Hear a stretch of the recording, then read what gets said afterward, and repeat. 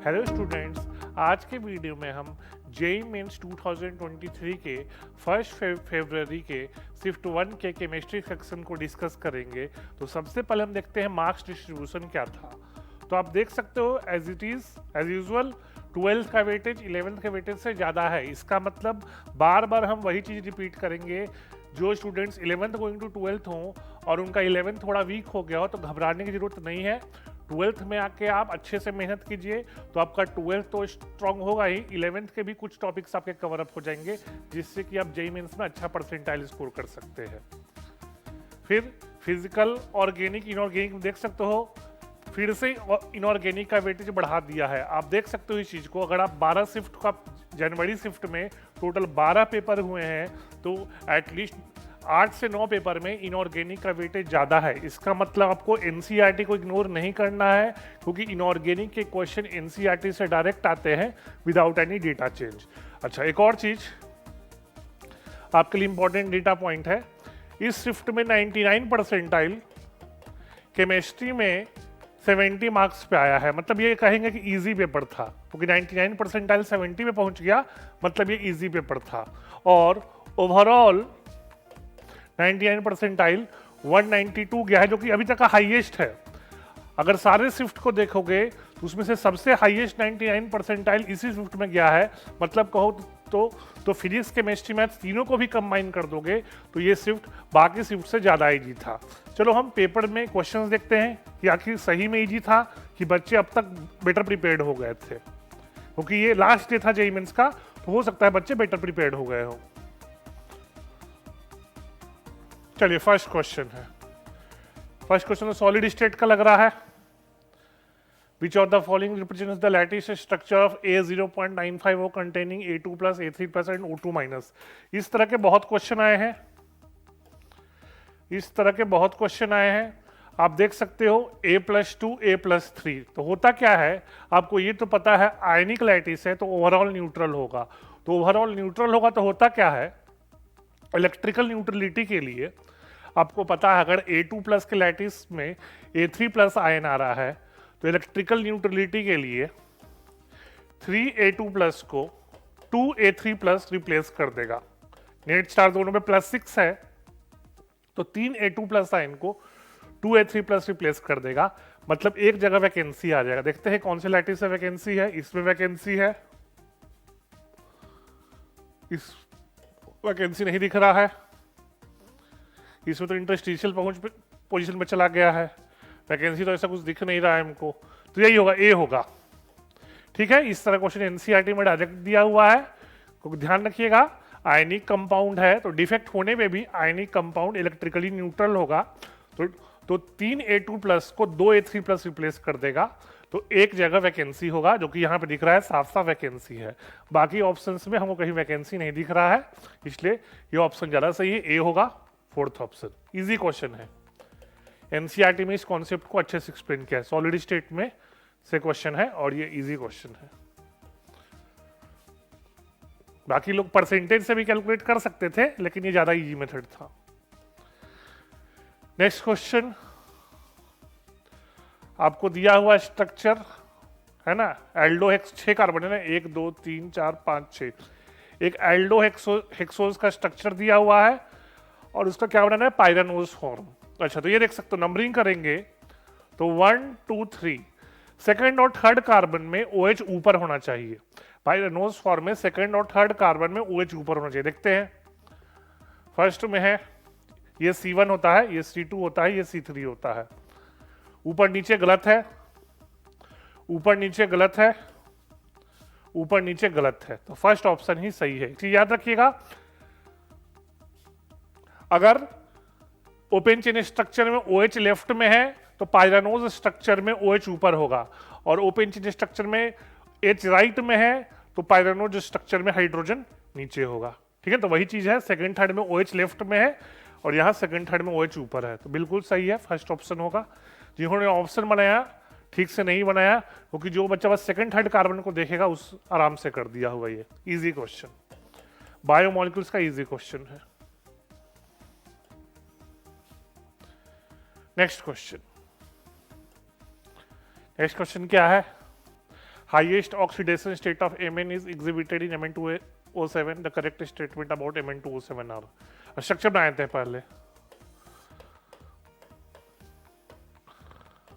इसका स्ट्रक्चर बनाते हैं। ओ है,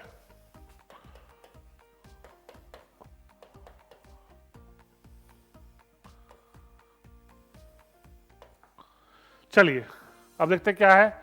Mn is tetrahedrally surrounded by oxygen, बिल्कुल सही है। Mn 4 ऑक्सीजन से सराउंडेड है, बिल्कुल सही है। Mn इज ऑक्टाहेड्रली, गलत है। कंटेन्स MnO-Mn ब्रिज, बिल्कुल सही है। कंटेन्स MnMn बॉन्ड, बिल्कुल गलत है। ये एनसीईआरटी से डायरेक्ट क्वेश्चन है, इजी क्वेश्चन है, डी एंड एफ ब्लॉक का क्वेश्चन है, डी एंड एफ ब्लॉक। तो इसका आंसर हो जाएगा A and C first option में है। इजी क्वेश्चन है, इस तरह क्वेश्चन पहले भी पीवाईक्यू में रिपीट कर चुका है ना। जेई मेंस अगर आप 20 21 22 का क्वेश्चन सॉल्व किए होंगे तो इस तरह क्वेश्चन होगा। तो ये इजी क्वेश्चन है डी एंड एफ ब्लॉक का। नेक्स्ट क्वेश्चन है डिहाइड्रेशन ऑफ अल्कोहल। तो आपको पता होगा अल्कोहल के डिहाइड्रेशन में हम कार्बोकटाइन का स्टेबिलिटी चेक करते हैं। स्टेबिलिटी ऑफ कार्बोकटाइन,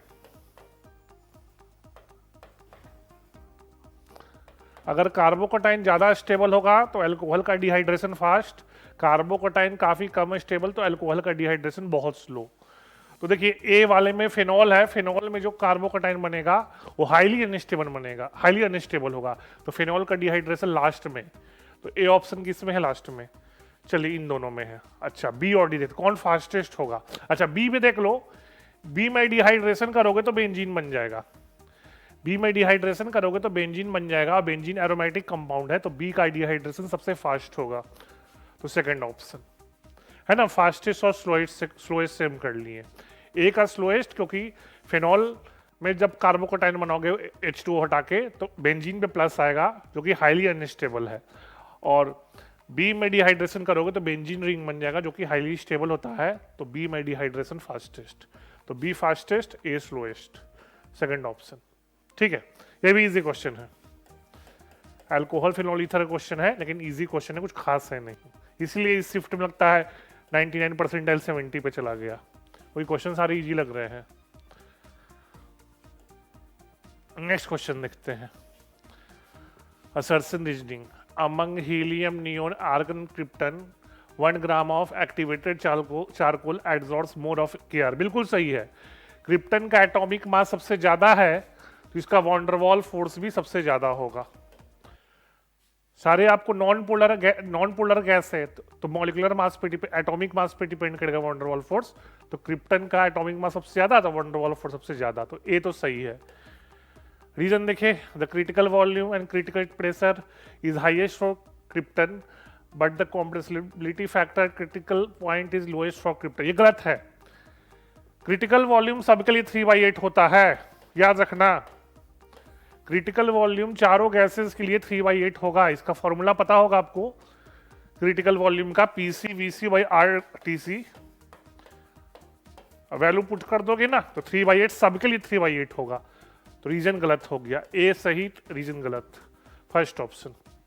मॉडरेट क्वेश्चन बोलेंगे, मॉडरेट इसलिए क्योंकि एनसीईआरटी मेंशन है नहीं, बहुत कम लोगों को क्रिटिकल कांस्टेंट का वैल्यू निकालने आता है, तो मॉडरेट क्वेश्चन बोलेंगे हम, है ना। सबके ध्यान रखना, कोई भी रियल गैस होगा उसके लिए क्रिटिकल जेडसी है ना, क्रिटिकल पॉइंट पे ZC compressibility factor, critical point पे जेड है कॉम्प्रेसिबिलिटी फैक्टर, क्रिटिकल पॉइंट पे जेडसी 3/8 होता है, कोई भी रियल गैस हो, ये फिक्स्ड वैल्यू है। ठीक है, तो मॉडरेट क्वेश्चन है। आगे बढ़ते हैं। Next question, in the following reaction A is, अच्छा ये देख लो, जिसको नहीं दिख रहा है ये है compound C double bond O E T, C double bond O E T, और इधर क्या क्या है देख लो आप, NH2 है और इथेनॉल है, अल्कोहल है, NH2 और अल्कोहल है। तो आपको पता है, हम बता बेसिक आइडिया देते हैं।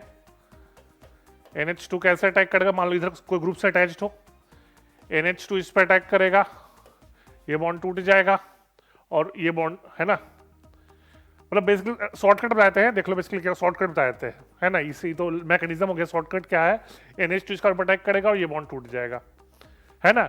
और जो ET O माइनस है, यहां से एक हाइड्रोजन खींच लेगा, यहां से क्या खींच लेगा, हाइड्रोजन। तो क्या बन जाएगा देख लो, NH C double bond O OET। दूसरे OET को अल्कोहल का CH2OH अटैक कर देगा, तो देख लो क्या बन जाएगा, CH2OH। फिर से वही कहानी है, O का लोन पेयर इस कार्बन पर अटैक करेगा, ये बॉन्ड टूट जाएगा, OET यहां से हाइड्रोजन खींच लेगा, तो मतलब साइक्लिक कंपाउंड बनेगा, रिंग कंपाउंड, रिंग कंपाउंड यानी कि सेकंड। ठीक है, तो एक तरह से हो रहा है, इसमें मैकेनिज्म फॉलो कर रहा है nucleophilic addition followed by elimination. Moderate question हम बोलेंगे, पहले NH2 अटैक करेगा क्योंकि वो ज्यादा रिएक्टिव होता है, उसके बाद अल्कोहल ग्रुप अटैक करेगा। दोनों के पास लोन पेयर है, दोनों न्यूक्लियोफाइल की तरह बिहेव करेंगे, और एक एक करके C डबल बॉन्ड O वाले कार्बन पर अटैक करेंगे, और OET हटते जाएगा, OET हटते जाएगा और रिंग बन जाएगा। Second option moderate question. Moderate इसलिए क्योंकि NCERT में इस तरह क्वेश्चन देता नहीं है, तो थोड़ा सा बाहर से बुक्स से प्रैक्टिस की जरूरत है, ऐसे मॉडरेट क्वेश्चन है।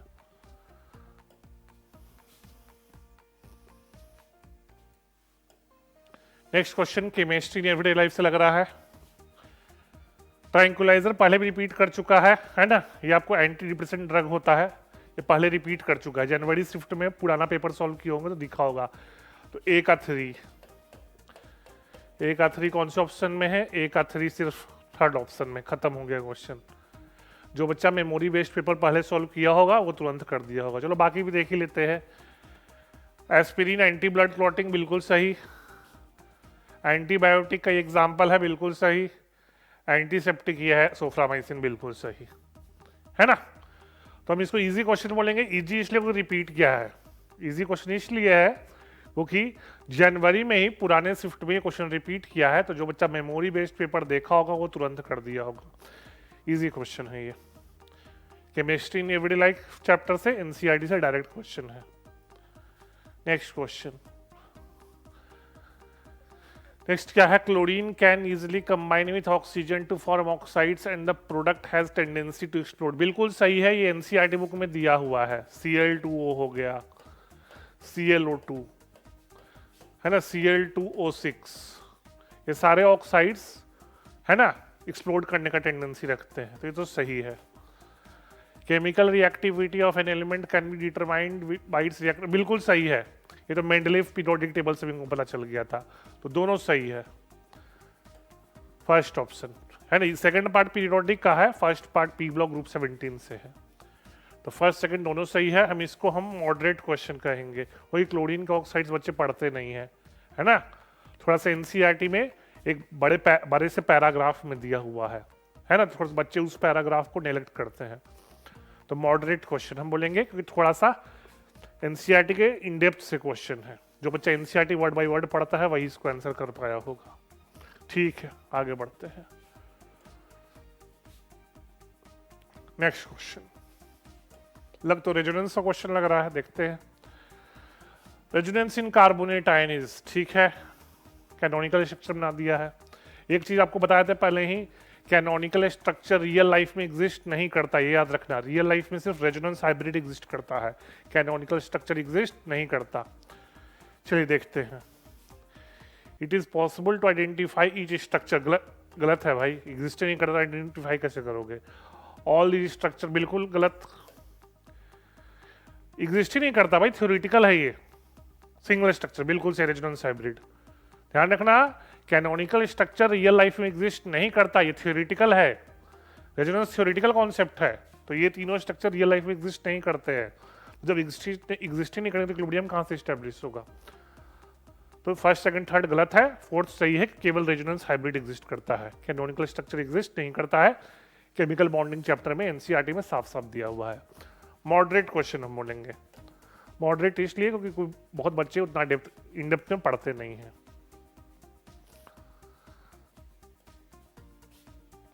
नेक्स्ट क्वेश्चन, नेक्स्ट क्वेश्चन क्या है, आइडेंटिफाई द इनकरेक्ट ऑप्शन।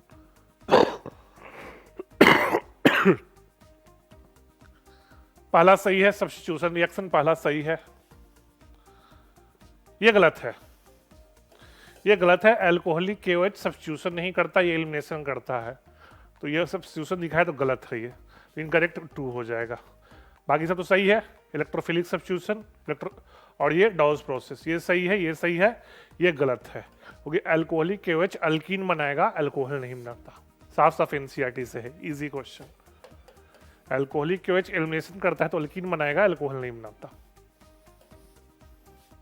वैसे यहाँ पे नो रिएक्शन होगा, हम पहले बता दे रहे हैं, यहाँ पे तो रिएक्शन होगा ही नहीं, क्योंकि बीटा कार्बन पे कोई हाइड्रोजन नहीं है। ठीक है, तो यहाँ पे तो वैसे नो रिएक्शन होगा, वैसे फिर भी बता दे रहे हैं अल्कोहलिक KOH अल्कीन बनाता है, अल्कोहल नहीं बनाता। यहाँ नो रिएक्शन होगा वैसे सेकंड में।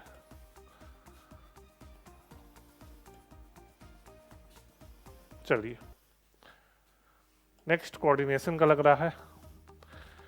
A solution of FeCl3 when treated with potassium ferrocyanide, Prussian blue formula भाई पता होना चाहिए भाई, साफ साफ है ये, याद रखिएगा, जेईई मेन से पहले भी आ चुका है। 4 मोल FeCl3 याद रखना, इसका 4 मोल इसके 3 मोल से रिएक्ट करता है, तो ये बनता है Fe4 FeCN6 3। ठीक है, और ये भी बता देते हैं बाहर वाले का ऑक्सीडेशन स्टेट +3 है, अंदर वाले का ऑक्सीडेशन स्टेट +2 है। कई बार ऑक्सीडेशन स्टेट ही पूछ देता है, तो बाहर वाला आयरन का ऑक्सीडेशन स्टेट +3 है, अंदर वाले का +2 है। वैसे इजी क्वेश्चन है, कई बार रिपीट कर चुका है प्रूसियन ब्लू का फॉर्मूला। ठीक है, चलिए आगे बढ़ते हैं। नेक्स्ट क्या है? Which of the following are example of double salt? पहला सही है, मोर है ना, ये मोर सॉल्ट है, पहला सही है। ये गलत है, ये कॉम्प्लेक्स होगा, CuNH3 2+, एंड इसका हाइब्रिडाइजेशन में पूछ चुका है प्रीवियस शिफ्ट में, तो सेकंड गलत है। सी सही है, ये पोटास एलम है, सी सही है, ये पोटास एलम है। ये भी गलत है, अभी पढ़े हो फिर पोटेशियम फेरोसाइनाइड, प्रीवियस क्वेश्चन में ही था ये कॉम्प्लेक्स, पोटेशियम फेरोसाइनाइड, तो ये भी नहीं है डबल सॉल्ट, तो double salt A and C है फर्स्ट ऑप्शन। अभी पढ़े थे प्रीवियस क्वेश्चन में ही पोटेशियम फेरोसाइनाइड है D वाला, और B वाले का तो हाइब्रिडाइजेशन पहले भी शिफ्ट में पूछ चुका है, CuNH3 2+ हटाना है तो सल्फेट लगा दो, हाइब्रिडाइजेशन DsP2 होता है। तो A और C आपको डबल सॉल्ट है, B और D कोऑर्डिनेशन कंपाउंड है। इजी क्वेश्चन, एनसीईआरटी में स्टार्टिंग में ही दिया हुआ है, इजी क्वेश्चन है ये। नेक्स्ट क्वेश्चन क्या है? Which of the following complex will have largest splitting? याद रखिएगा, डेल्टा जो डिपेंड करता है लाइगेंड्स के स्ट्रेंथ पे, स्ट्रॉन्ग फील्ड लाइगेंड ज्यादा तो डेल्टा ज्यादा। देखते हैं कौन सबसे ज्यादा स्ट्रॉन्ग फील्ड है, साइनाइड आयन। याद रखना, साइनाइड आयन सबसे स्ट्रॉन्गेस्ट है, बाकी सब में जो 4 ऑप्शन है उसमें सबसे स्ट्रॉन्गेस्ट लाइगेंड साइनाइड आयन है, तो थर्ड का कॉम्प्लेक्स में डेल्टा सबसे ज्यादा होगा। इजी क्वेश्चन है, एनसीईआरटी में साफ साफ दिया, इजी क्वेश्चन, इजी क्वेश्चन। ठीक है, और सब में आयरन का ऑक्सीडेशन स्टेट +3 है, आप चेक कर लो, सब में आयरन का ऑक्सीडेशन स्टेट +3 है, इसलिए सिर्फ हम लाइगेंड के स्ट्रेंथ पे देखेंगे। अगर ऑक्सीडेशन स्टेट अलग अलग होता तो थोड़ा सा हम ऑक्सीडेशन स्टेट पे भी देखते हैं, ऑक्सीडेशन स्टेट ज्यादा तो डेल्टा ज्यादा, लेकिन यहाँ पर ऑक्सीडेशन स्टेट सब में +3 है तो केवल लाइगेंड के स्ट्रेंथ पे देखेंगे, और साइनाइड सबसे स्ट्रॉन्गेस्ट है इसलिए डेल्टा सबसे ज्यादा होगा। नेक्स्ट क्या है? How can photochemical smog be controlled by using tall chimneys? नहीं भाई, नहीं, ये सही है, इन्वायरमेंटल केमिस्ट्री में साफ साफ दिया हुआ है। फोटोकेमिकल स्मॉग्स नाइट्रोजन ये सबके ऑक्साइड से होता है, तो कैटालिटिक कन्वर्सन से जो है ना, आपके व्हीकल्स है उसमें कैटालिटिक कन्वर्टर लगा दोगे तो नाइट्रोजन का ऑक्साइड का कंसंट्रेशन एटमॉस्फेयर में कम हो जाएगा। डायरेक्ट क्वेश्चन इन्वायरमेंटल केमिस्ट्री, मतलब डायरेक्ट पॉइंट दिया है इन्वायरमेंटल केमिस्ट्री में। ठीक है, तो इसको हम इजी क्वेश्चन कहेंगे। अब स्मॉग पे इतने क्वेश्चन आ चुके हैं, तो जो बच्चा मेमोरी बेस्ड पेपर किया होगा वो स्मॉग पढ़ के ही आया होगा, और डायरेक्ट है एनसीईआरटी से, कहीं से कोई ट्विस्ट भी नहीं है, तो डायरेक्ट क्वेश्चन एनसीईआरटी से, इसलिए इजी है।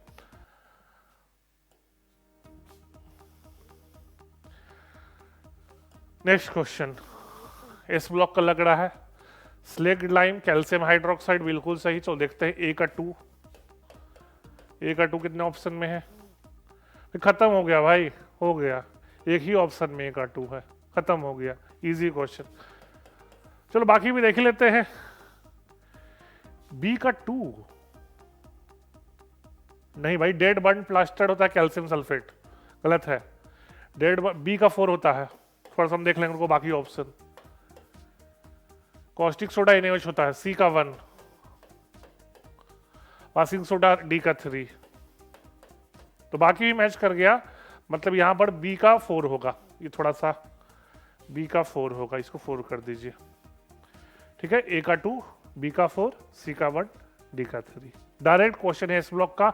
हमको तो क्लास 10th में भी पढ़ना था आप लोग को, acid base and salt chapter में, तो बहुत इजी क्वेश्चन है, क्लास 10th का बच्चा भी कर देगा ये, क्योंकि क्लास 10th में भी acid base and salt chapter में पढ़ना था, और 11th के इस ब्लॉक में तो पढ़ना ही था। बहुत इजी क्वेश्चन है। नेक्स्ट क्वेश्चन, ये भी इस ब्लॉक से ही लग रहा है, बेरिलियम दिख रहा है हमको। Choose the correct statement, beryllium oxide is purely acidic. गलत है भाई, बेरिलियम ऑक्साइड एम्फोटरिक होता है, तो साफ साफ पढ़े हो आप, बेरिलियम ऑक्साइड एम्फोटरिक होता है, तो एक गलत, फर्स्ट गलत, ये गलत है भाई, ये गलत है भाई, ये गलत है। बच देखो, फिर से ऑप्शन ढंग से नहीं सेट हुआ, ऐसे ही कर दिए क्वेश्चन। चलो बाकी भी देख ही लेते हैं, वैसे इजी क्वेश्चन है ये भी। Beryllium sulphate is readily soluble in water, ये पूछ चुका है भाई, ये पूछ चुका है ना, पुराने स्विफ्ट में आ चुका है कि सल्फेट्स का ऊपर से सॉल्युबिलिटी क्या होता है। Beryllium carbonate is kept in the air, बिल्कुल सही है। बेरिलियम कार्बोनेट हाईली अनस्टेबल होता है, तो एटमॉस्फेयर ऑफ CO2 में रखते हैं, ये भी सही है। बेरिलियम शोज एनोमोलस बिहेवियर, बिल्कुल सही है, भी NCERT में दिया है। बेरिलियम का साइज छोटा होता है, जिसके चलते बेरिलियम का कुछ कुछ बिहेवियर ग्रुप 2 से मैच नहीं करता है, डायरेक्ट NCERT से है, और ऑप्शन भी ढंग से नहीं बनाया है, बिल्कुल इजी क्वेश्चन है। जो बच्चा का बॉन्डिंग ठीक होगा, इस ब्लॉक नहीं भी पढ़ा होगा, वो भी कर दिया कोई, तो सबको पता है भाई, 10th में पढ़ना है कि बेरिलियम ऑक्साइड एम्फोटरिक है, 10th का बच्चा कर देगा जिस तरह से ऑप्शन सेट हुआ है। नेक्स्ट क्वेश्चन देखते हैं। assertion reasoning, in an Ellingham diagram the oxidation of carbon to carbon monoxide shows a negative slope। अभी चेक कर लेते हैं, देखो ये है रिएक्शन कार्बन के कार्बन मोनोऑक्साइड का, तो ये सॉलिड है, ये गैस है, ये भी गैस है। प्रोडक्ट में 2 मोल गैस, रिएक्टेंट में 1 मोल गैस, तो डेल्टा एस तो पॉजिटिव होगा। और एलिंगम डायग्राम में डेल्टा जी वर्सेस टी का ग्राफ होता है, तो चेक कर लो, डेल्टा जी होता है delta H minus T delta S, तो डेल्टा जी वर्सेस टी का ग्राफ है, तो स्लोप होगा minus delta S. Ellingham diagram में स्लोप होता है माइनस डेल्टा एस, ये याद रखना। एलिंगम डायग्राम में डेल्टा जी वर्सेस टी का ग्राफ प्लॉट करते हैं, तो स्लोप माइनस डेल्टा एस होगा। यहाँ डेल्टा एस पॉजिटिव है, तो स्लोप नेगेटिव हो जाएगा। स्लोप नेगेटिव का मतलब देख लो क्या है, नेगेटिव स्लोप, सही है, ये तो सही है। दूसरा, CO tends to get decompose, नहीं गलत है, CO डिकम्पोज हाई टेम्परेचर नहीं करता, गलत है ये, तो गलत है, तो असर्शन ये सही है, रीजन आर गलत है। फोर्थ ऑप्शन मॉडरेट क्वेश्चन कहेंगे, थोड़ा सा दिमाग लगाना था इसमें। अब जिनको पता ही नहीं है लिंगम डायग्राम के बारे में, तो क्वेश्चन कर ही नहीं पाए होंगे, मॉडरेट क्वेश्चन है। और थोड़ा सा ये भी बहुत लोग को नहीं पता होता कि CO हाई टेम्परेचर पे डिकम्पोज करता है कि नहीं करता है। CO स्टेबल गैस है, काफी हाई टेम्परेचर पे डिकम्पोज नहीं करता है। CO में ट्रिपल बॉन्ड है, आप स्ट्रक्चर भी देख सकते हो, CO का ये होता है, ट्रिपल बॉन्ड है, तो स्टेबल गैस है, तो हाई टेम्परेचर पे डिकम्पोज नहीं करेगा, तो रीजन गलत, असर्शन सही। फोर्थ मॉडरेट क्वेश्चन है मेटलर्जी चैप्टर का। नेक्स्ट क्वेश्चन क्या है, 2 ब्यूटाइन है, ये लिंडलार कैटलिस्ट है। लिंडलार कैटलिस्ट का मतलब है बनेगा सिस 2 ब्यूटीन। डायरेक्ट NCERT का क्वेश्चन, डायरेक्ट NCERT का। और ये सोडियम में लिक्विड अमोनिया से बनता है ट्रांस 2 ब्यूटीन। अब सिस 2 ब्यूटीन है, ट्रांस 2 ब्यूटीन है, तो सिस और ट्रांस का प्रॉपर्टी है पूछेगा लगता है।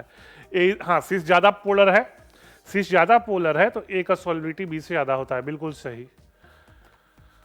तो इनकरेक्ट पूछा है, तो ये तो करेक्ट है, ये तो गलत हो गया, जिसमें भी ए है गलत है, ये भी गलत है।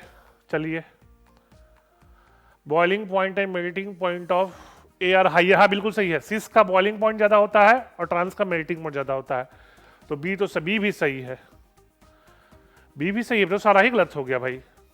बी भी सही है पूरा, फिर तो बोनस हो जाएगा। बी भी सही है, क्या पूछ रहा है, इनकरेक्ट पूछ रहा है, तो बी तो सही है, तो गलत हो गया भाई, बोनस हो जाएगा। चलो बाकी ऑप्शन में देख लेते हैं। C, A is more polar than B because dipole, A zero नहीं है, डाइपोल मोमेंट आप देख सकते हो 2 ब्यूटीन का, सिस का डाइपोल मोमेंट जीरो नहीं होता। आप स्ट्रक्चर देख सकते हो सिस 2 ब्यूटीन का, ये सिमेट्रिकल स्ट्रक्चर नहीं है, तो डाइपोल मोमेंट जीरो नहीं होगा, जीरो, तो ये गलत हो गया, सी तो गलत है। चलो, Br2 adds easily to A, then नहीं, सिस ज्यादा, देखो सिस कम स्टेबल है, याद रखना सिस कम स्टेबल है, तो जो कम स्टेबल होता है, ट्रांस ज्यादा स्टेबल, सिस कम स्टेबल, जो कम स्टेबल ज्यादा रिएक्टिव, तो उल्टा होना चाहिए था, ये भी गलत है। तो गलत कौन कौन सा है, गलत है आपको सी और डी, सी और डी ऑप्शन किसी में है ही नहीं, तो ये बोनस हो गया क्वेश्चन। ठीक है, इसको ध्यान रखिएगा। आप स्ट्रक्चर देख सकते हो सिस 2 ब्यूटीन का, ये सिमेट्रिकल स्ट्रक्चर नहीं है, सिमेट्रिकल इन द सेंस कि मिथाइल मिथाइल ट्रांस पे नहीं है, ट्रांस पे होता डाइपोल मोमेंट जीरो होता, सिस का डाइपोल मोमेंट जीरो नहीं होगा। सी गलत और डी तो इसलिए गलत क्योंकि सिस ज्यादा रिएक्ट, सिस लेस स्टेबल तो more reactive, trans more stable तो लेस रिएक्टिव, तो बी ट्रांस है तो बी कम रिएक्टिव होगा, तो सी एंड डी गलत है, कोई ऑप्शन में नहीं है। चलिए, तो इसको हम बोनस ही होगा, तो फिर हम क्या ही बोलिए जी, मॉडरेट डिफिकल्ट, मॉडरेट वैसे बोल सकते हैं, मॉडरेट क्वेश्चन था, थोड़ा मल्टीपल कॉन्सेप्ट यूज किया था। चलिए, hydrogen is an environmental friendly fuel, बिल्कुल सही है सरसन। Atomic number of hydrogen is 1 and it is very, ये भी सही है, लेकिन करेक्ट, अच्छा करेक्ट एक्सप्रेशन क्या, हाँ करेक्ट एक्सप्लेनेशन नहीं है, कोई रीजन क्या है देख लो। हाइड्रोजन के कंबसन पे वाटर वेपर मिलता है, और वाटर वेपर एक पॉल्यूटेंट नहीं होता, वाटर वेपर एक पॉल्यूटेंट नहीं होता, इसलिए हाइड्रोजन एक इन्वायरमेंटल फ्रेंडली फ्यूल है। तो दोनों सही तो है, लेकिन करेक्ट एक्सप्लेनेशन तो नहीं है, second option R easy question. ये 10th में पढ़ना रहता है कि हाइड्रोजन एक काफ़ी इंपॉर्टेंट फ्यूल क्यों है, रीज़न है कि जो प्रोडक्ट बनता है वाटर वेपर वो पॉल्यूटेंट नहीं होता। ठीक है, वैसे ये तो पता है एटॉमिक नंबर 1 है, लाइट गैस है, लेकिन उसका इन्वायरमेंटल फ्रेंडली से कोरिलेशन नहीं है। R is not the correct explanation, 2 हो जाएगा, 2 है, इजी क्वेश्चन। नेक्स्ट क्वेश्चन क्या है, मोलिस्टेस्ट कार्बोहाइड्रेट, भाई ये रिपीटेड क्वेश्चन है, जो प्रीवियस ईयर जेईई मेंस का क्वेश्चन किए होंगे 19 का, 20 का, 21 का, 22 का, रिपीटेड क्वेश्चन है। ए का 2 होगा, खत्म हो गया भाई, ए का 2 ऐसे ही खत्म हो गया। जो ऑप्शन इस शिफ्ट में सेट किया, अच्छे से शिफ्ट नहीं किया है क्योंकि एक से सारा कर दे रहे, चलो बाकी भी देख ही लेते हैं भाई। बी का 1 सही है, ब्यूरेट टेस्ट पेप्टाइड का होता है, दिया है भी, सही है। कार्बाइल अमीन, प्राइमरी अमीन सबको पता है, सी का 3, सी का 3 सबको पता है, सिफ्टेस एल्डिहाइड का ये भी सबको पता है, डी का 4। इजी क्वेश्चन है, एकदम इजी क्वेश्चन है, समझ गए। ये सब क्वेश्चन तो अब जब आप जो बच्चा लेट से दिया है जेईई मेंस, मतलब फर्स्ट फेब को दिया है, उसको तो ये सब क्वेश्चन आराम से करना चाहिए, क्वेश्चन कुछ खास है ही नहीं, इजी क्वेश्चन था, है ना। आप कह सकते हो एल्डिहाइड लैब टेस्ट था, प्रैक्टिकल ऑर्गेनिक केमिस्ट्री से क्वेश्चन था ये। चलिए इंटीरियर टाइप क्वेश्चन डिस्कस करते हैं। तो पहला क्वेश्चन है, the density of a 3 molar solution of NaCl is 1 ग्राम पर ml, molality of the solution is. ये क्वेश्चन एनसीईआरटी में आप देखिएगा चैप्टर 1 में, क्लास 11th के, उसमें डेंसिटी 1.25 ग्राम पर ml लेके यही क्वेश्चन एग्जैक्ट दिया है। तो ये डायरेक्ट एनसीईआरटी क्वेश्चन है, बस थोड़ा सा डेटा चेंज है, इसलिए हमको इजी क्वेश्चन कहेंगे, हम पहले ही इसको इजी क्वेश्चन डिक्लेयर कर रहे हैं, क्योंकि डायरेक्ट एनसीईआरटी से क्वेश्चन है, सॉल्ट एग्जाम्पल, बस वहाँ डेंसिटी 1.25 ग्राम पर ml था, यहाँ 1 ग्राम पर ml है। एक फॉर्मूला लिख लो आप, जिनको नहीं पता है, मोलैलिटी होता है molality into 1000 upon density of solution into 1000 minus molarity into molar mass of solute, और स्मॉल एम है मोलैरिटी। जिनको नहीं पता है ये फॉर्मूला नोट कर लो। ये रिलेशन है स्मॉल एम और कैपिटल एम में। स्मॉल एम होता है मोलैरिटी, कैपिटल एम होता है मोलैरिटी। डी है डेंसिटी ऑफ सॉल्यूशन इन ग्राम पर ml, और एम बी है मोलर मास ऑफ सॉल्यूट। चलो पुट कर दो वैल्यू, कुछ है ही नहीं क्वेश्चन में। 3 इंटू 1000, 1 ग्राम पर ml, 1 इंटू 1000, 3 NaCl का molar mass 58.5, 3000 upon 1000 minus 175.5 solve कर लोगे अप्रोक्सीमेटली आ जाएगा 3.64। सॉल्व कर लोगे तो अप्रोक्सीमेटली 3.64 आ जाएगा, जिसको आप बोल सकते हो इंटू 10 का पावर -2 है तो 364 कर दोगे। ठीक है, बहुत इजी क्वेश्चन है। ये क्वेश्चन अटेम्प्ट करना चाहिए था क्योंकि एनसीईआरटी के सॉल्व एग्जांपल से डायरेक्ट क्वेश्चन है, तो इस तरह का क्वेश्चन तो आपसे जेईई मेंस में हो जाना चाहिए। इजी क्वेश्चन है ये फॉर्मूला ध्यान रखिएगा, जिनको नहीं पता ये फॉर्मूला से यूज कर सकते हो। हाँ, बड़ा मेथड भी है इसका स्टेप बाय स्टेप, लेकिन ऑब्जेक्टिव एग्जाम में फॉर्मूला यूज करना क्योंकि टाइम बचता है। ठीक है, आगे बढ़ते हैं। नेक्स्ट क्वेश्चन है, देखते हैं क्या है नेक्स्ट क्वेश्चन। चलो चलिए नेक्स्ट क्वेश्चन है। Electrons in a cathode ray tube have been emitted with a velocity of 1000 metre per second. The number of the following statements which are true about emitted radiation is. The de Broglie wavelength of electron emitted is. भाई formula put कर दो। Lambda equal to होता है h/mv। De Broglie wavelength का formula होता है lambda equal to h/mv। Mass of electron दिया है आपको साफ साफ 9.1 इंटू 10 का पावर -31 kg। वेलोसिटी भी दिया है मीटर पर सेकंड में, है ना। आप इसको सॉल्व कर लोगे। अप्लायंस कांस्टेंट भी दिया है, सॉल्व कर लो। 6 इंटू 10 का पावर -34 अपॉन 9.1 इंटू 10 का पावर -31 इंटू 1000। सही है, आ जाएगा। आप कैलकुलेट कर लेना, ये बिल्कुल आ जाएगा। ए सही है। The characteristics of electron, cathode ray का पूछ रहा है, cathode ray experiment. The characteristics of electron emitted depend upon, बिल्कुल गलत। इंडिपेंडेंट होता है कैथोड रे, ना ही नेचर ऑफ गैस पे डिपेंड करता है, ना ही मटेरियल ऑफ इलेक्ट्रोड पे डिपेंड करता है, तो बी तो गलत है। The cathode ray starts from, बिल्कुल सही है। कैथोड से स्टार्ट होता है, नोड की तरफ जाता है, सही है।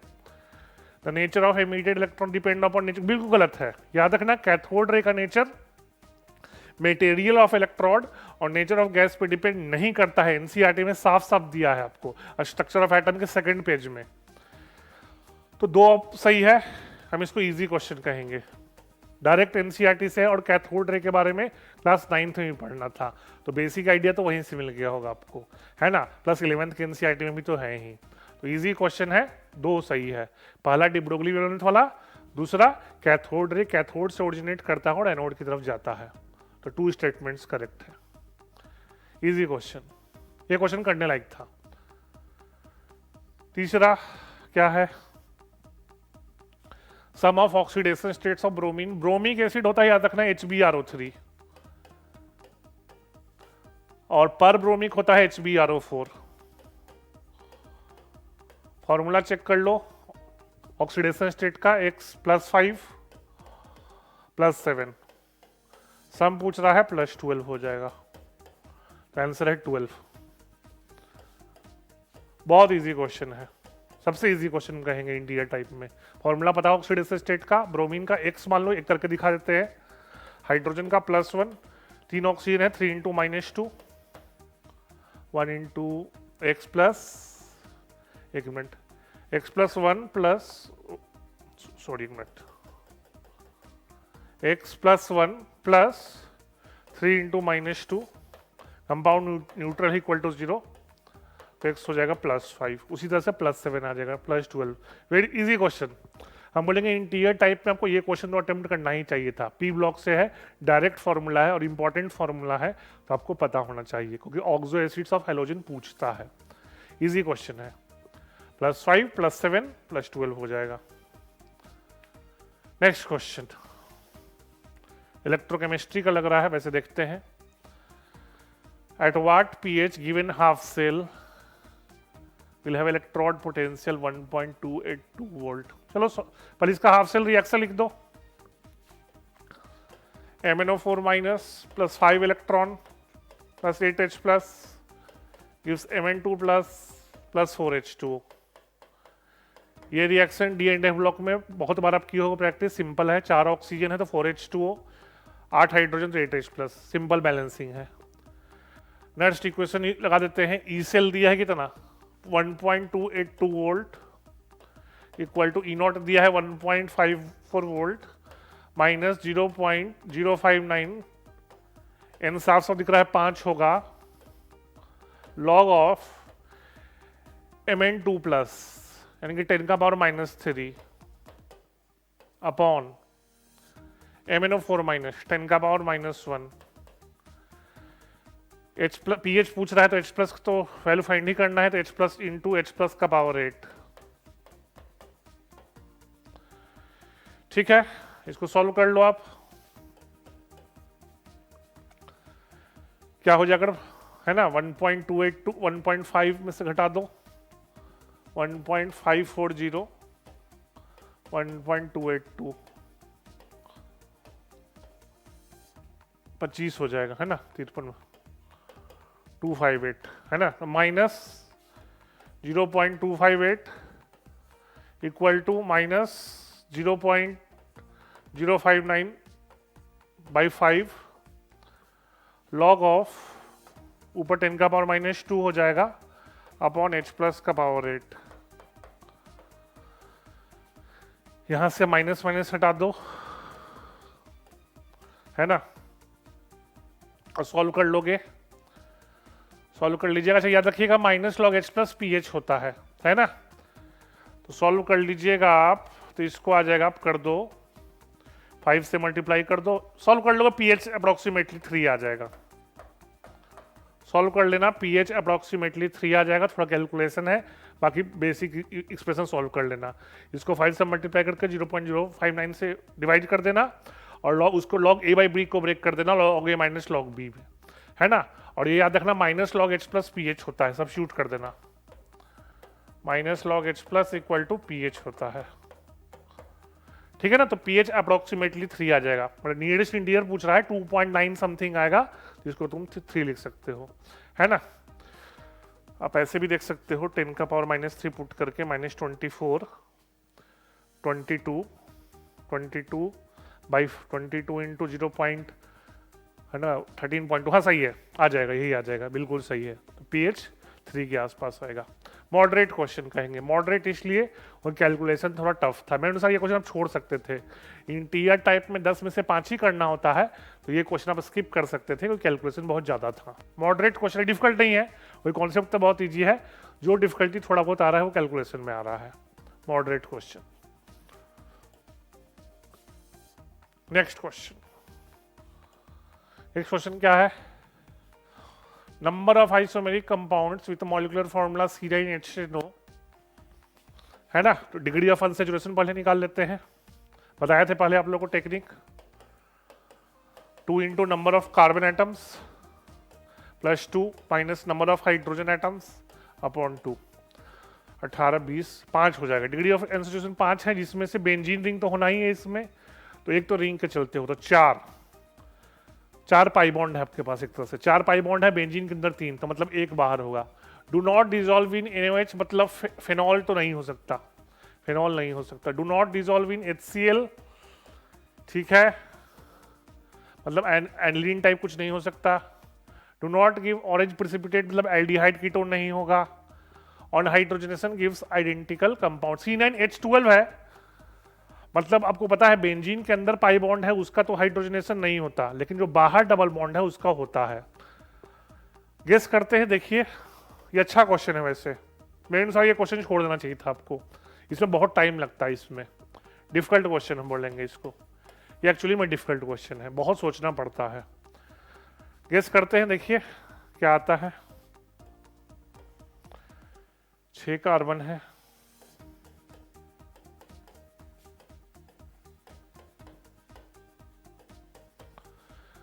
देखो तो इसका बनाते हैं, कितने हैं कितने कार्बन है, 6 7 8 9 C9। हाइड्रोजन देखो 1 2 3 4 5 6 7 10 C9H10 और O। बिल्कुल सही है। वैसे हम पहले से प्रैक्टिस की हुई थी इसलिए बन गए डायरेक्ट, पहले बता दे रहे हैं आपको। एग्जाम में बहुत टाइम लगता है इसका, क्योंकि अब डायरेक्ट ये सोच लोगे पॉसिबल नहीं है, बहुत परमुटेशन कॉम्बिनेशन लगता, तो मेरे अनुसार ये क्वेश्चन स्किप करने लायक था, है ना। बाकी आप देख सकते हो ये कंपाउंड ज्योमेट्रिकल आइसोमरेसिस शो करेगा, ये ट्रांसफॉर्म इसका सिस भी होगा, टोटल 2 हो जाएगा, सिस और ट्रांस टोटल 2 हो जाएगा मेरे अनुसार। लेकिन फिर से बता रही डिफिकल्ट क्वेश्चन है, ऑन द स्पॉट आप इतना नहीं सोच पाओगे, ये क्वेश्चन स्किप करने लायक था। चलिए आगे बढ़ते हैं। नेक्स्ट क्वेश्चन है इक्विलिब्रियम का लग रहा है, चलिए देखते हैं क्या क्वेश्चन है। ये दिया है आपको Kp1 दिया है 3, Kp2 दिया है 1, डिग्री ऑफ डिसोसिएशन और इनिशियल कंसंट्रेशन दोनों का सेम दिया है, बहुत अच्छी बात है। रेशियो ऑफ टोटल प्रेशर, एक फॉर्मूला आपको हम देखिए क्या होगा अगर हम इक्वेशन लिख दें तो 1 0 0 1 माइनस अल्फा अल्फा अल्फा, और दूसरे वाले का पुट करें 1 0 1 माइनस अल्फा 2 अल्फा, है ना। तो अगर हम है ना पकड़ पार्शियल प्रेशर से करें, टोटल प्रेशर क्या है सेम नहीं है, अच्छा P1 P2 है, तो मोल फ्रैक्शन से कर लोगे तो Kp1 हो जाएगा, एंड इसका मोल फ्रैक्शन क्या हो जाएगा alpha by 1 plus alpha, alpha by 1 plus alpha into P1, इसका भी क्या हो जाएगा alpha by 1 plus alpha into P1 upon ये क्या हो जाएगा 1 minus alpha upon 1 plus alpha into P1।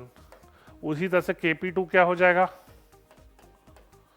2 alpha upon 1 minus alpha, square चल जाएगा, स्क्वायर में चल जाएगा, तो 2 alpha upon 1 plus alpha into P1, तो स्क्वायर चल जाएगा, स्क्वायर P2 सॉरी P2 है, Kp2 है तो P2 है, तो P2 का स्क्वायर और पार्शियल प्रेशर है ना तो ऊपर भी स्क्वायर जाएगा, यहाँ भी स्क्वायर ही जाना है, यहाँ भी स्क्वायर अपॉन नीचे क्या हो जाएगा 1 minus alpha upon 1 plus alpha, है ना, इंटू P2, ये कट गया, ये P2 आ गया, ये कट गया, ये भी यहाँ भी स्क्वायर आता, एक P1 कट गया। अब रेशियो ले लोगे आप तो आ जाएगा कि अच्छा ये 3 आ गया, यहाँ रेशियो लोगे Kp1 बाई Kp2 3 आ जाएगा, और यहाँ देखो 2 का स्क्वायर करोगे 2 का स्क्वायर 4 हो जाएगा, थोड़ा कैलकुलेशन बड़ा है, कैलकुलेशन थोड़ा डिफिकल्ट है इसका, तो P है ना यहाँ 3 है इक्वल टू हो जाएगा P1 बाई 4 P2, मल्टीप्लाई कर दो तो P1 बाई P2 12 आ जाएगा, P1 बाई P2 12 आ जाएगा, थोड़ा सा बड़ा में सॉल्व कीजिएगा, हो जाएगा, बहुत डिफिकल्ट नहीं है। पार्शियल प्रेशर से कर रहे हैं, आपको पता है पार्शियल प्रेशर होता है total pressure into mole fraction, है ना। तो दोनों का हम पहले मोल्स निकाल दिए, P1 P2 टोटल प्रेशर, दोनों का मोल फ्रैक्शन निकाल दिए, उस इंडिविजुअल पार्शियल प्रेशर मिल गया, Kp1 Kp2 का एक्सप्रेशन लिख दिए, रेशियो ले लिए 3 दिया है, उससे आ जाएगा 3 equal to P1 upon 4 P2 और P1 बाई P2 12 हो जाएगा। मेरे अनुसार आप क्वेश्चन कर सकते थे, ये इजी क्वेश्चन है, मॉड है ना, मॉड कैलकुलेशन बहुत डिफिकल्ट है नहीं, थोड़ा जगह की कमी के चलते आपको थोड़ा उस तरह का लग रहा होगा, लेकिन कैलकुलेशन इसका इजी है, ये क्वेश्चन आप अटेम्प्ट कर सकते थे आप, ठीक है। नेक्स्ट क्वेश्चन क्या है, द टोटल नंबर ऑफ काइडल compounds from the following is, अच्छा क्वेश्चन है ये, इस तरह क्वेश्चन एडवांस में ज्यादा आता है, मेंस में कम आता है। पहला सही है ना, इसमें सेंटर ऑफ सिमेट्री है, ना इसमें प्लेन ऑफ सिमेट्री है। दूसरा भी सही है, ये काइडल कार्बन है, ना सेंटर ऑफ सिमेट्री ना प्लेन ऑफ सिमेट्री, इसमें साफ साफ दिख रहा प्लेन ऑफ सिमेट्री है, साफ साफ दिख रहा प्लेन ऑफ सिमेट्री है, साफ साफ दिख रहा प्लेन ऑफ सिमेट्री है, तो टोटल 2 हो गया, है ना। एडवांस में इस तरह क्वेश्चन आता है, तो जो बच्चा एडवांस का तैयारी कर रहा होगा वो क्वेश्चन अटेम्प्ट कर सकता था, हाँ जो केवल मेंस पे फोकस था उसके लिए थोड़ा डिफिकल्ट हुआ क्वेश्चन, इसलिए हम इसको मॉडरेट में डाल रहे हैं, ना ही इजी ना ही डिफिकल्ट। जो बच्चा एडवांस में प्रिपरेशन करता है उसके लिए इजी है, जो स्ट्रिक्टली मेंस करता है उसके लिए थोड़ा डिफिकल्ट है। याद रखना काइडल कंपाउंड में ना ही प्लेन ऑफ सिमेट्री होना चाहिए, ना ही सेंटर ऑफ सिमेट्री होना चाहिए, ठीक है। इन तीनों में प्लेन ऑफ सिमेट्री है तो ये ऑप्टिकल आइसोमेरिज्म शो नहीं करेंगे। चलिए नेक्स्ट देखते हैं। नेक्स्ट क्या है? A and B are two substance undergoing radioactive decay। Radioactive decay याद रखिएगा फर्स्ट ऑर्डर रिएक्शन है, तो फर्स्ट ऑर्डर काइनेटिक्स फॉलो करेगा। half life of A is 50 minutes and half life of B is 5 minutes. If the initial concentration of B is 4 times that of A and they both start decaying at the same time, how much time will it take for the concentration of both of them to be same? एक formula बताते हैं आपको। NT होता है N naught into half का power T by T half. ये first order kinetics पे use करते हैं। मतलब क्या है? Number of atoms after time t equal to initial number of atoms into half का power number of half lives. अब देख लो हम क्या करेंगे। क्या लिखा है इसमें? b इज 4 टाइम्स a, तो a को x मान लेते हैं और b हो जाएगा 4x और दोनों इक्वल होना है। चलो देखते हैं, फिर वैल्यू पुट करते हैं। इक्वल ही होना है तो x into half, T half दिया ही हुआ, एक हाफ, टी हाफ कितना दिया है 15, तो t बाई 15। ये फॉर्मूला याद रखिएगा, फर्स्ट रेडियो एक्टिविटी में बहुत यूज करते हैं। N T equal to N naught into half का power T by T half. ये नंबर ऑफ हाफ लाइफ्स है। दूसरा देख लो, b कितना है 4x into half, time same ही लेना है, t बाई 5। x कट गया है ना, इसको तुम लिख सकते हो, अगर एक साइड ले आओ तो आप ऐसे लिख सकते हो 1/4, अगर एक साइड ले आओ 1/4 इक्वल टू हाफ का power t by 5 minus t by 15, 2t by 15, half का पावर 2, तो 2 इक्वल टू हो जाएगा 2t बाई 15। 2 से 2 कट गया, t 15 मिनट्स आ जाएगा, t 15 मिनट्स आ जाएगा। ये इजी क्वेश्चन है। जो बच्चा रेडियो एक्टिविटी पे क्वेश्चन किया होगा उसको ये फॉर्मूला पता होना चाहिए। बाकी और भी तुम काइनेटिक्स से भी कर सकते थे, ऐसा नहीं है, काइनेटिक्स से भी कर सकते थे, थोड़ा बड़ा मेथड होता, थोड़ा लंबा कैलकुलेशन जाता। इस फॉर्मूला से थोड़ा कैलकुलेशन कम हो गया। ये फॉर्मूला पे याद रखना, नहीं पता तो नोट कर लो कि फर्स्ट ऑर्डर के लिए फाइनल कंसंट्रेशन या final number of atoms equal to होता है इनिशियल कंसंट्रेशन इंटू हाफ का power T upon T half. T है टोटल टाइम, टी हाफ है हाफ लाइफ। वैल्यू पुट कर दिए x फॉर x करके, टाइम 15 मिनट निकल गया। इजी क्वेश्चन है, बहुत डिफिकल्ट नहीं है। अगर बड़े मेथड से भी करते तो आंसर तो आ ही जाता। इजी क्वेश्चन है, अटेम्प्ट करने लेते, अटेम्प्ट कर सकते थे। नेक्स्ट क्वेश्चन, नेक्स्ट क्वेश्चन क्या है? थर्मोकेमिस्ट्री का लग रहा है। डेल्टा एच नॉट दिया है चार प्रोसेस का। क्या पूछ रहा है? इसका डेल्टा एच पूछ रहा है। चलिए, आपको बताए थे जब भी 3-4 रिएक्शन से फाइनल रिएक्शन का डेल्टा एच पूछे तो जो 3-4 रिएक्शन उसको मैथमेटिकल मैनिपुलेशन करना होता है। तो देख लो, इसमें OH राइट में है, इसमें भी OH राइट में है, लेकिन उसमें 2 मोल है, इसमें 1 मोल है, तो उसको 2 से डिवाइड कर दो तो 39, 2 से डिवाइड कर दिया हम, डिवाइडेड बाई 2, पूरा डिवाइडेड बाई 2 कर दिया। फिर देखो, इसमें H2O राइट में है, इसमें H2O लेफ्ट में, इसको उल्टा कर दो तो माइनस की जगह प्लस हो जाएगा। उल्टा कर दो, रेसिप्रोकल कर दो। फिर देख लो, 2H राइट, H राइट, 2 मोल है तो फिर अपॉन 2 कर दो और साइन सेम रहेगा 218। फिर क्या कर दो, हाफ O2 O। अच्छा, ये कैंसिल आउट होने वाला है, तो कैंसिल आउट कैसे करेंगे? वो तो है नहीं इसमें कहीं, किसमें वो है? हाफ O2, हाफ O2, इसको उल्टा किए थे, है ना?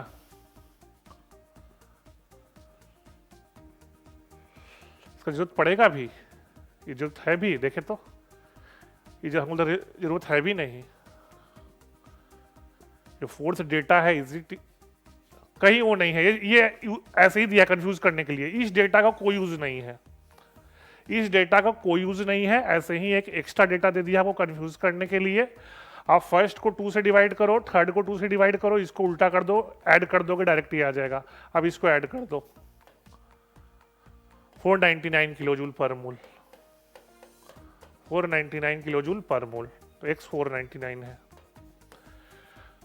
फोर्थ डेटा कंफ्यूज करने के लिए दिया था कि कोई बच्चा देखते रहेगा कहाँ से भाई एलिमिनेट होगा, जरूरत ही नहीं है, अपने आप एलिमिनेट हो जाएगा। अगर तुम उसको 2 से डिवाइड कर दोगे, इसको 2 से डिवाइड कर दोगे और इसका उल्टा कर दोगे ना, तो अपने आप कैंसिल आउट हो जाएगा।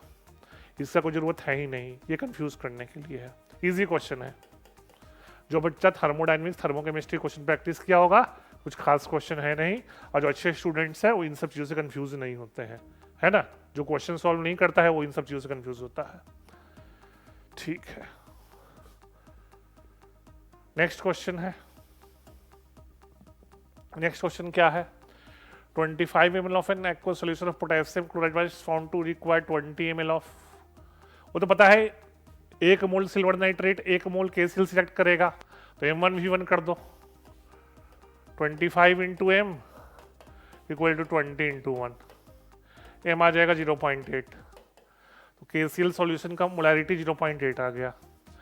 What is the depression in freezing point of KCl? तो पहले मोलैरिटी निकाल लेंगे हम, फिर से फॉर्मूला वही होगा, molarity equal to molarity into 1000, 0.8 है, 0.8। डेंसिटी भी दिया है 1 ग्राम पर ml, तो 1 इंटू 1000, 0.8 इंटू KCl का मोलर मास होता है Cl 35.5, 39, 74.5, ऊपर हो जाएगा 800 अपॉन 1000, माइनस कर सकते हो अप्रोक्सीमेटली 60 के आसपास हो जाएगा, अप्रोक्सीमेट थोड़ा कर रहे हैं हम, तो 800 बाई 940,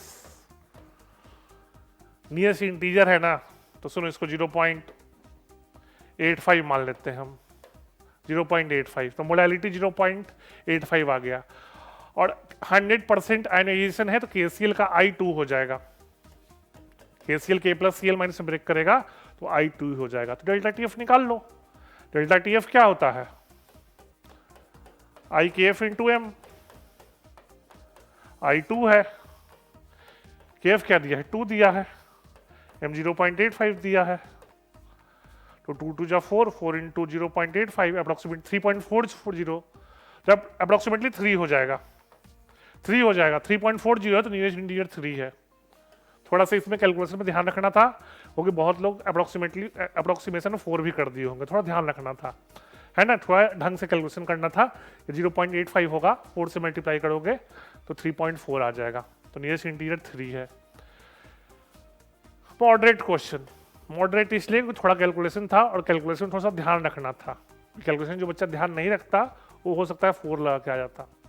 वैसे क्वेश्चन में कोई डिफिकल्टी था नहीं, है ना, कॉन्सेप्ट वाइज बहुत ही था, थोड़ा कैलकुलेशन में प्रिकॉशन रखना था, इसलिए हम इसको मॉडरेट क्वेश्चन बोल रहे हैं। चलिए, तो ये पेपर भी हो गया, तो आप देख सकते हो ये पेपर काफी इजी था, इसीलिए इस पेपर में 99 परसेंटाइल केमिस्ट्री में 70 पे चला गया, है ना। मेजॉरिटी ऑफ द जो इंटीरियर टाइप क्वेश्चन थे उसमें कैलकुलेशन भले ही थोड़ा टफ हो, लेकिन कॉन्सेप्ट वाइज काफी इजी क्वेश्चन थे। तो आज के वीडियो में इतना ही, नेक्स्ट वीडियो में हम फर्स्ट फेव के सिर्फ 2 को डिस्कस करेंगे। Thank you.